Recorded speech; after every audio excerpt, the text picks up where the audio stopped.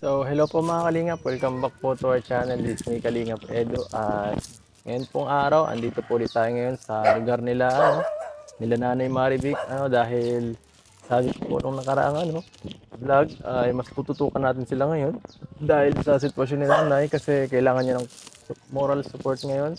At kasi baka mapano si Nanay, lalo na solo-solo lang siya ditong mga asikaso sa kanyang mga anak.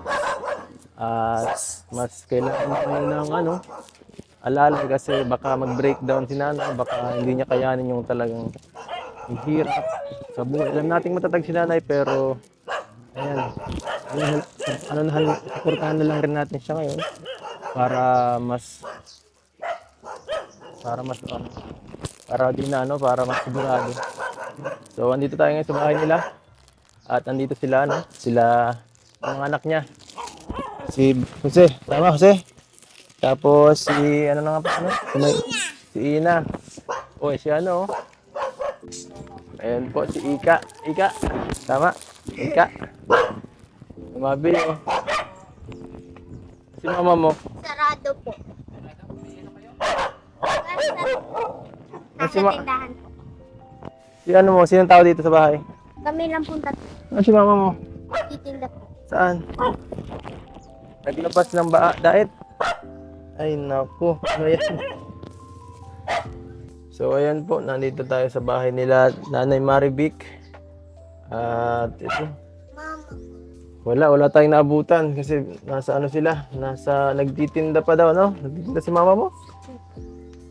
Anong araw ngayon? 'Di ba mahal na araw ngayon, no? Semana Santa. 'Di ba dapat nagpapahinga si mama mo? Di po, hanggang Sabado po yung matinda. Siya? Bakit? Wala pong pera. Walang pera. Bakit nawawala ng pera? Kala ko baga okay na din sa tindahan. Kulang pa rin. Kasi po marami pong utang. Gawa nung sa namatay kaya nagkautang-utang si mama mo. Gawa nung kay kuya mo. Ay, grabe. Kawawa naman si mama mo. Kawawa naman si mama mo. Nagtitinda kahit ganitong bakasyon. Walang pahinga. Anong inanandito ni mama nyo? Binigyan lang kayo ng pagkain? Opo. Yung nag-iwan lang po si mama tapos nagsapna na lang po ako. Naglagay ka na lang ng pagkain sa may sinaing? Ganun. Grabe. Tapos kahit ganun ang nararamdaman ni mama mo, dire-diretso lang siya, Hindi nahinto. Ba't ganun si mama mo? Hindi nahinto. Baka magkasakit yun, nag-aalala ka. Hindi. Hinilot ko man po yung gabi-gabi. Ay, nahilot mo gabi-gabi. So, para nag-aalala ka rin kay mama mo, para hindi siya magkasakit, Grabe. Matindi si mama mo. Kahit ako napapailing na lang kahit. Kahapon pa po yung nagtitinda. Kahapon pa? Ay, kahapon po yung nagsimula magtinda. Anong tinitinda? Walis niya ulit? Opo. Saka yung tambo. Ito. Di ba ito yun? Di ba ito? Ito yung mga gawa niya. Mga bago pa lang to Pinadagang lang po namin. Ha? Pinadagang lang po namin. Ano yun? Nagdadagang lang po kami ng ng tambo. Damo? Ng tambo po. Pagdagang po sa inyo. Anong ibig sabihin nun? Nag-supplier lang kayo? Parindi po. Ito mga diniliver lang sa inyo to? O kinuha niyo yan mismo? Binibili mo? Ay binibili nyo? Tapos kami na lang po napadagang. Dagang. Yung iba po nasa may bubong, din po namin nilalagay. Siya, dito sa bubong ngayon, meron?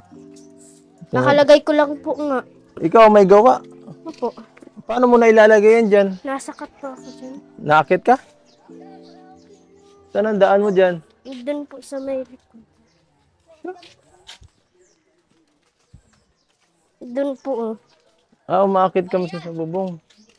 Inaakit po niya gamit ditong hagdan na to, tapos nilalagay niya daw po dito. Bibi, dyan ka lang muna sa baba. Ikaw magkapit na.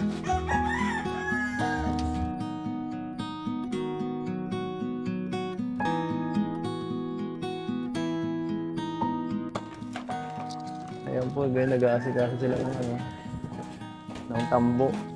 Ano, basa pa ba yan? Ano po? Basa pa yan ano? Green, hindi po ito basa, hindi pa po ito basa yung pagkalagay ko po Hindi, dito. paano yan? Pinapatuyo lang ba yan?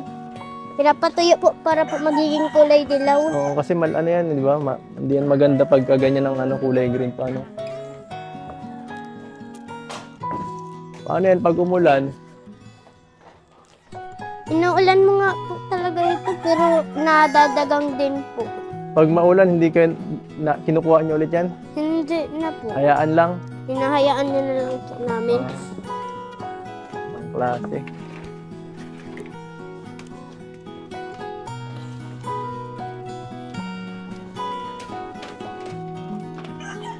Ngayon po, yung ginagawa ng mga magkakapatid na ito, napakasipag talaga.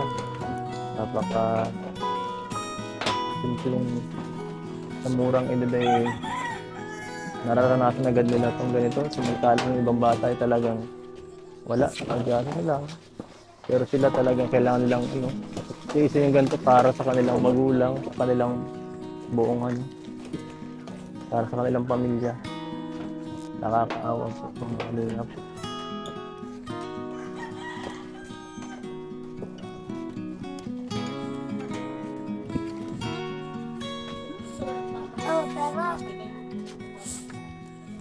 Ikaw lang, si Brother Rosende. Si Ting din po na kaming dalawa po minsan-minsan. Kaya naman pala, pawis-pawisan ka pa eh. Palit-palitan po kami. Palit-palitan ka, sige, pasok na tayo, mainit. Pawis-pawisan ka na pati, o parang kanina ka pa nagtatrabaho. Nga po. Ang bihira, ito po, masisipag talaga kahit mga anak ni nanay, may pinagmanahan. May pinagmanahan si Kakatapos si ko lang Ika. po maglinis. Ha? Kakatapos ko lang po. Nagano? Kakatapos ko lang po. Pagkatapos mo maglagay noon, tapos magsapna, tapos nagwalis ka pa. Inuna ko po magsapna bago po mag-ano. Bakit ang sipag mo, ha? Ang sipag yung mga bata kayo dito. Bakit naiisipan mo na ay kailangan kong magsipag? Bakit mo na? Ako dito. Dahil ba wala na kayong maaasahan kundi kayo na lang dito? Sakit dito. Kami na lang daw po tatlong maaano ni mama, maaasahan. Kaya na lang tatlo. Kaya dapat magsikap ano. Kawawa naman itong mga batang to. Pawis-pawisan ka na baga. Pawis-pawisan ka na. Pagod ka na? Pagod na. Maano pa po yun, Maano? Susunod. Tulong-tulungan man po kami. Tulungan. Ikaw ang panganay dito ngayon eh, Kasi yung ate mo, nag-alis naman. Kailan mauwi si ate mo? Iwan ko po. Nag-i-eskwela pa ba yun? Opo. Doon po sa Ragay na Police. Bakit ba ayaw niya dito mag-eskwela sa mas malapit? Mas gusto niya doon sa malapit? Nahihirapan po kasi si mama. Parang mas makakabawas sa gastos pag naandun si ate mo. Grabe. Bata pa lang itong mga to. Grabe na agad ang pasanin sa buhay. Kahit agad. Grabe si Ika. Nakakabilib. Kasi parang naano ka, mas naglaki ka ng konti. Simula nung pag-ano ko. Kumusta na? Parang hindi ka na parang ngiti. Dati ang kulit-kulit mo. Ano nangyari?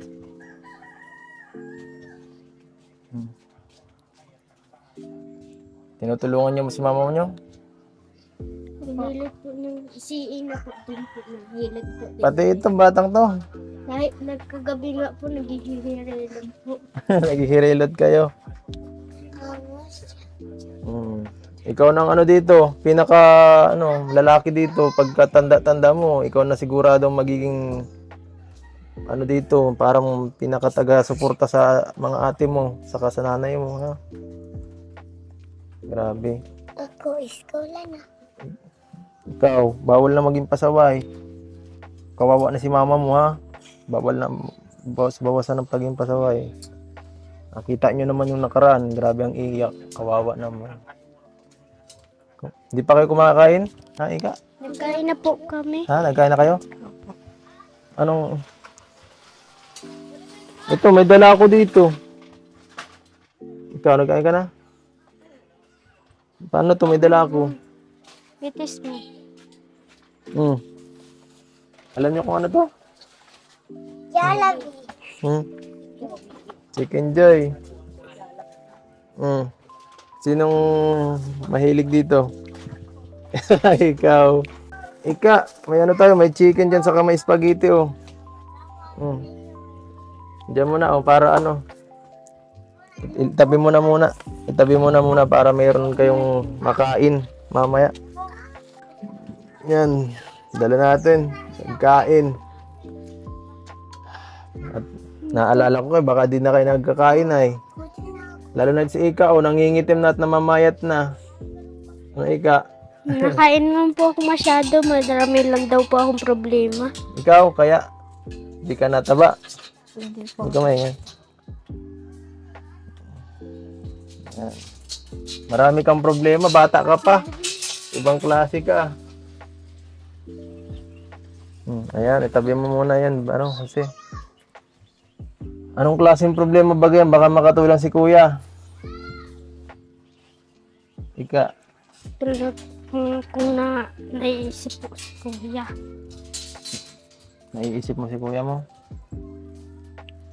Di ba sabi mo nakaraan, kayong dalawang nakadating mo? Yung pagkaano? Una po si Tingting bago po ako. Anong ibig sabihin mo? Ano, naiisip mo si kuya mo na namimiss mo? Bakit? Ano ba kayo? Talagang close kayo ni kuya mo dati? Magaling po yung mag-drawing. Magaling mag-drawing. Palagi kang inaano. Magaling, Tinuturuan. parehas lang po kami magaling mag-drawing. Magaling, no? Oo naman. Kami si Dan. Ayan.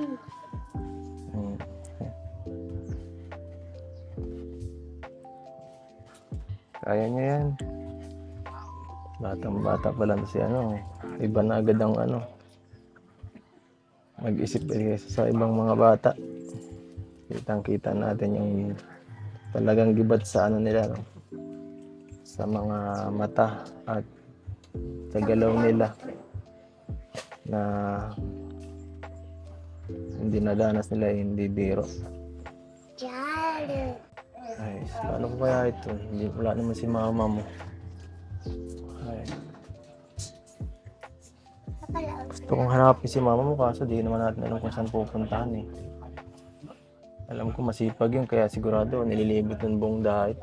Lalo na ngayon si Mana Santa.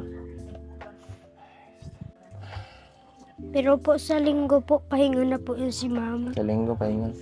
Pwede ka naman puntahan dito ulit si mama mo.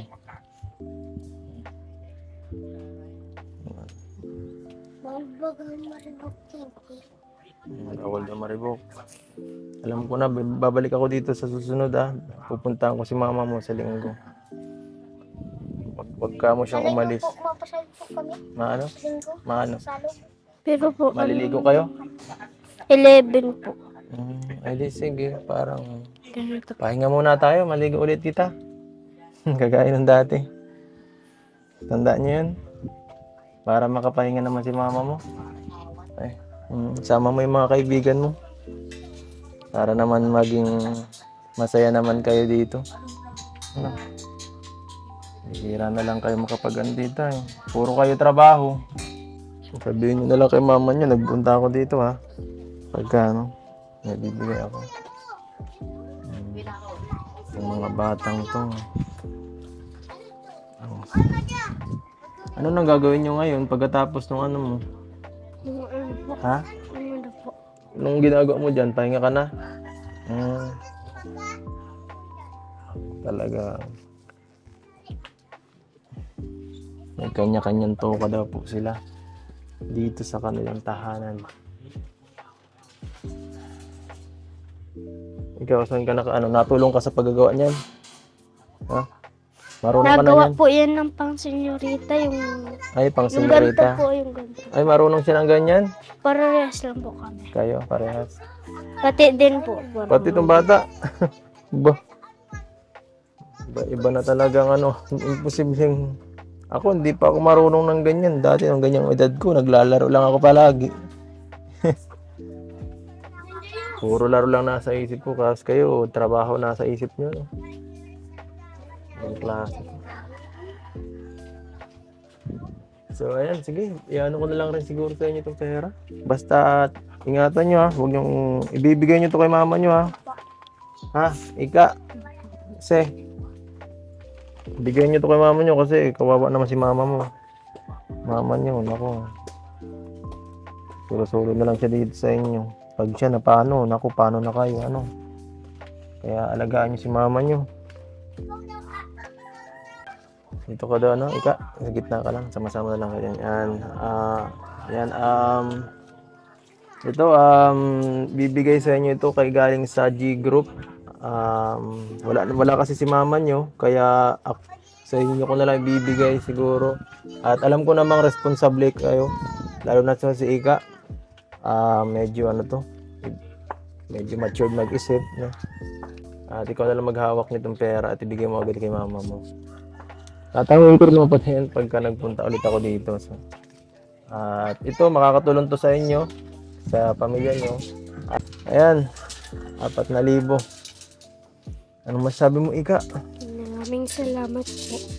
Maraming salamat. Malaking tulong na ba yan?